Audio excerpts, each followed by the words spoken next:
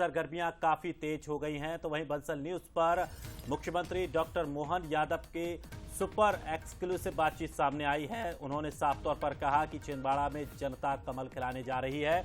अमित शाह को जनता ने भरपूर आशीर्वाद दिया है।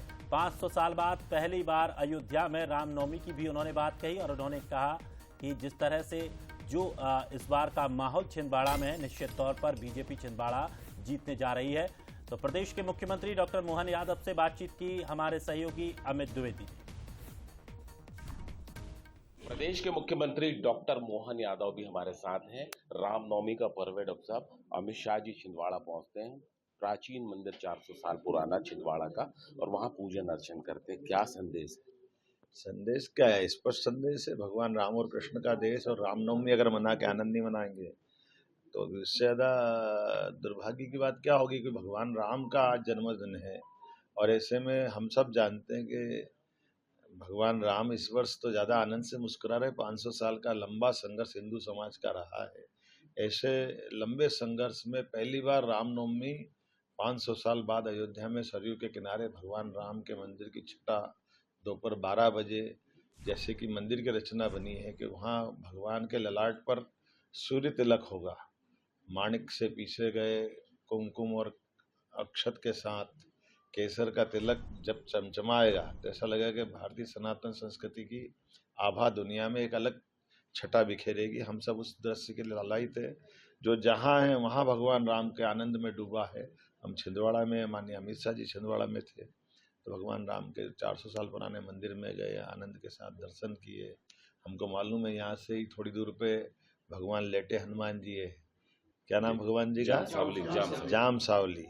भगवान का मंदिर जाम सावली का। और मुझे बड़ा दुर्भाग्य के साथ कहना पड़ रहा है, जो 77 से लेकर आज तक यहाँ अपना कांग्रेस का झंडा लेके बैठे रहे, और जाम सावली में एक ईंट नहीं लगवाई जिन्होंने, और वो कहते हमारे मॉडल को देखो।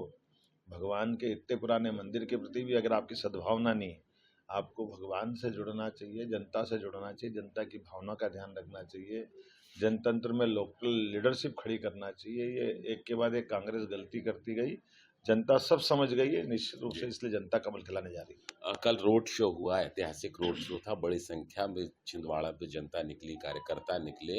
क्या संदेश जाता है इसका? जनता ने भरपूर आशीर्वाद दिया भाजपा को, माननीय अमित शाह जी गृह मंत्री जी को। पहली बार हमारे अपने राष्ट्रीय नेतृत्व ने बताया है कि ये कांग्रेस और उनके नेता झूठा प्रचार करते थे कि यहाँ कोई राष्ट्रीय नेता नहीं आएगा।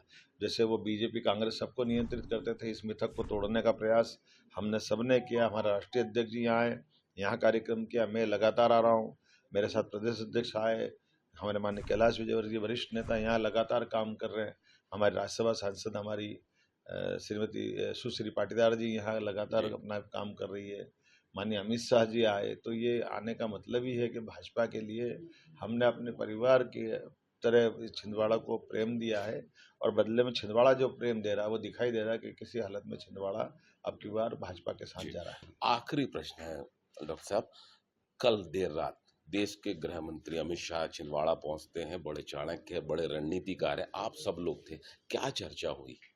चर्चा तो कुछ नहीं हुई। जनता के बीच में गृह मंत्री जी ने भी बताया कि हमारे अपने जनता के बीच में, जनता के साथ रहने में छिंदवाड़ा और दिल्ली बराबर है। छिंदवाड़ा का मान बढ़ाया, सम्मान बढ़ाया। लोग पता नहीं क्या क्या कहते थे, आप ये अंदाज लगा लो। देश के गृह मंत्री एक आदिवासी अंचल में रात गुजार करके अपने को जनता से जुड़ने का संदेश देते हैं, और जनता ने कल जो प्रेम लुटाया वो भी अद्भुत था। निश्चित रूप से इस बार भाजपा जीतने वाली है। अमित द्विवेदी, बंसल न्यूज, छिंदवाड़ा।